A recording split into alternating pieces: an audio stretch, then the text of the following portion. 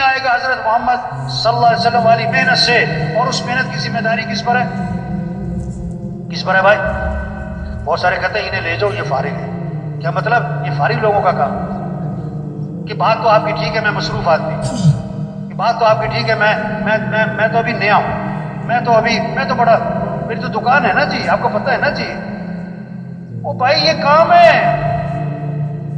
لوگ بہت سارے پتہ کیا کہتے ہیں، بہت سارے کہ مولوی صاحب جو آپ بات کہہ رہے ہو نا، اللہ کو راضی کرنا، دین پر چلنا، آخرت کی تیاری کرنا، دین کو دنیا میں پھیلانا، اللہ کے کلمے کو بلند کرنا، یہ سب باتیں ٹھیک ہیں، ہاں، اور یہ کام کرنے میں نے کیا کہتا ہے، ذرا میں سیٹ ہو جاؤں، ذرا میں کیا ہو جاؤں، ہاں، ذرا گھر سیٹ ہو جائے، ذرا بچے سیٹ ہو جائیں، ذرا دکان سیٹ ہو جائے، ذرا کاروبار سیٹ ہو جائے، ہاں، ذرا فیکٹری سیٹ ہو جائے۔ اب مولوی صاحب پھر کرنا ہی یہی ہے، اصل کام تو ہے ہی ہے، ذرا میں سیٹ ہو جاؤں۔ 2 سال 3 سال 4 سال 5 سال سے یہ جملہ بول رہا ہوتا ہے کہ ذرا میں سیٹ ہو جاؤں، اتنے میں خبر آتی ہے موت ہو گئے، پھر غسل ہوا اور کفن ہوا اور جنازہ ہوا اور قبر میں اتارا، اور کیا کہا، ان کے کفن کی گریں کھول دو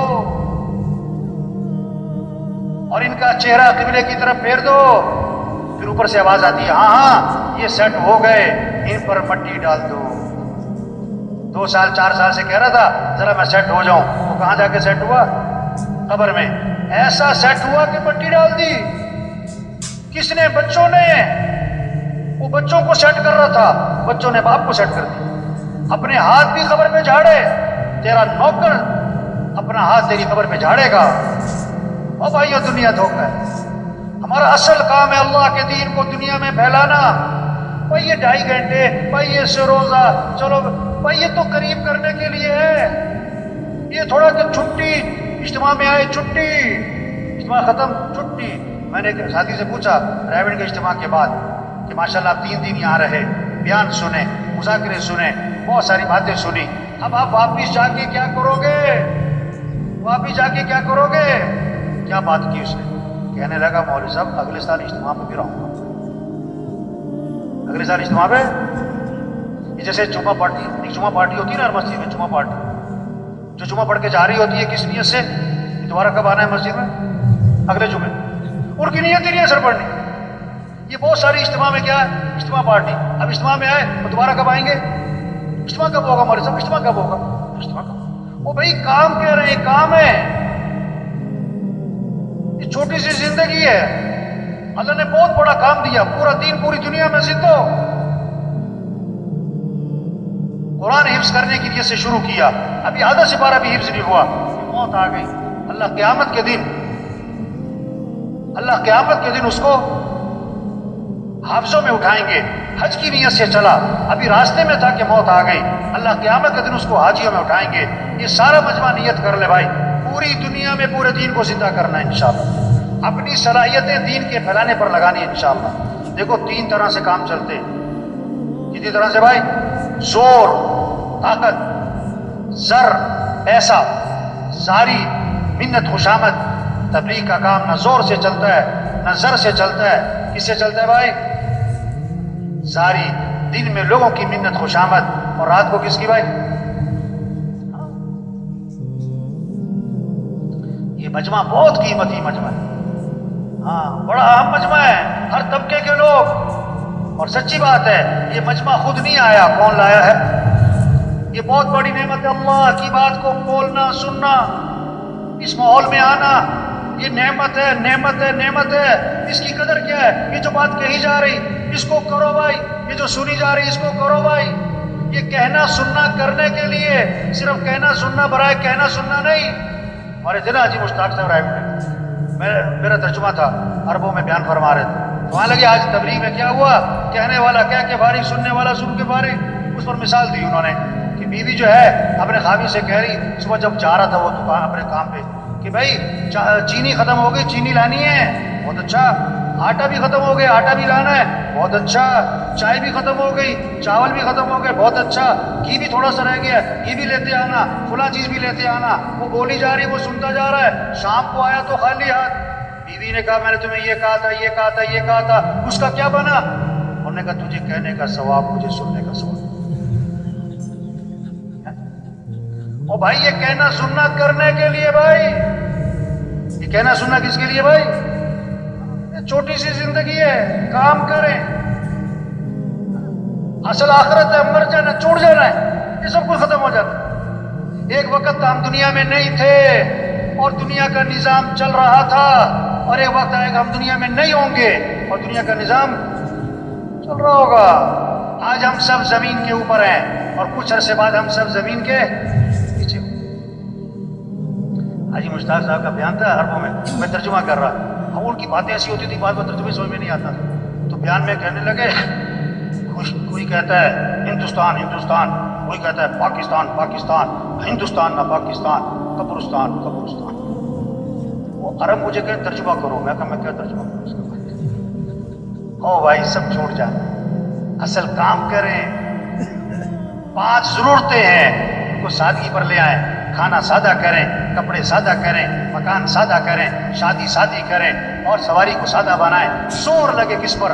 دعوت، دین، تبلیغ، اللہ کا پیغام، سے روزہ، چلہ، 3 چلے، سال، 7 ماہ، روزانہ کی محنت، روزانہ کا مشورہ، روزانہ کی ملاقاتیں، گھر گھر پھرنا، جگہ جگہ پھرنا، اللہ کے پیغام کو پہنچانا۔ اس روزے کی جمع نکلے، طاقت خرچ ہو، 3 چلے کی جمع نکلے، اس میں قوت خرچ ہو، اس میں صلاحیت لگے، مشورے میں بیٹھے، چکنا ہو کے بیٹھے، چکنا ہو کے رائے دیں۔ جو محنت کرے گا وہی رائے دے گا نا، تو سارا دن محنت نہیں کرتا وہ رائے کیا دے گا؟ وہ رائے کیا دے گا؟ اللہ نے بہت بڑا کام دے دیا بھائی، بہت اونچا کام دے دیا، بہت اونچا، انبیاء والا کام، انبیاء والا کام۔ کسی کو سفیر بنا دینا حکومت 1 مہینے کے لیے عارضی طور پر، اور 20 سال پرانی بات ہے، تو ابھی تک اس کے بھتیجے اور بھانجے لوگوں کو بتاتے ہیں میرا چچا سفیر رہا ہے، میرے تایا سفیر رہے ہیں۔ سفیر ہونے کو اتنی بات سمجھتے، اتنی بڑی بات۔ جو تبلیغ کا کام کرے گا وہ کس کا سفیر بنے گا؟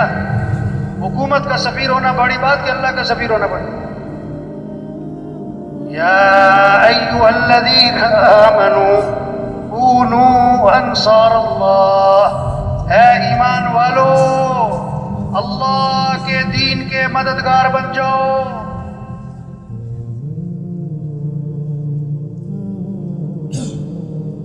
اے ایمان والو اللہ کے دین کے مددگار بن جاؤ۔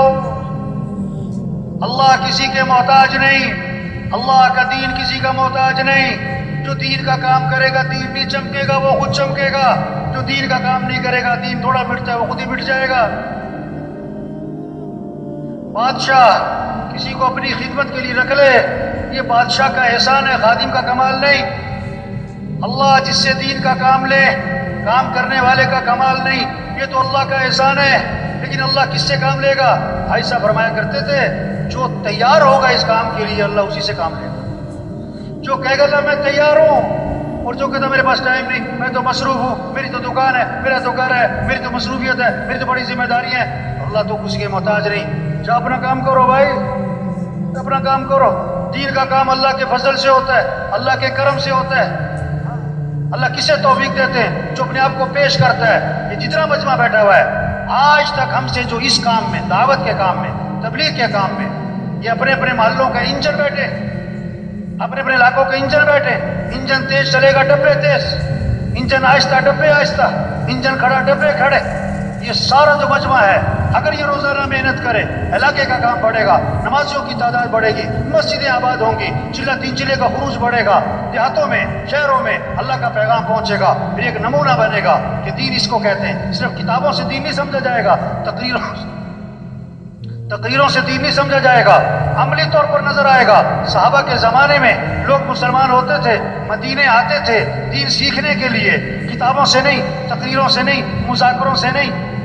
کیسے دین سیکھتے تھے؟ انہیں عملی طور پر نظر آتا تھا، معاشرت والا دین، اخلاق والا دین، معاملات والا دین، گھر والا دین، مسجد والا دین، مالداروں کا دین، غریبوں کا دین زندگی میں نظر آتا تھا۔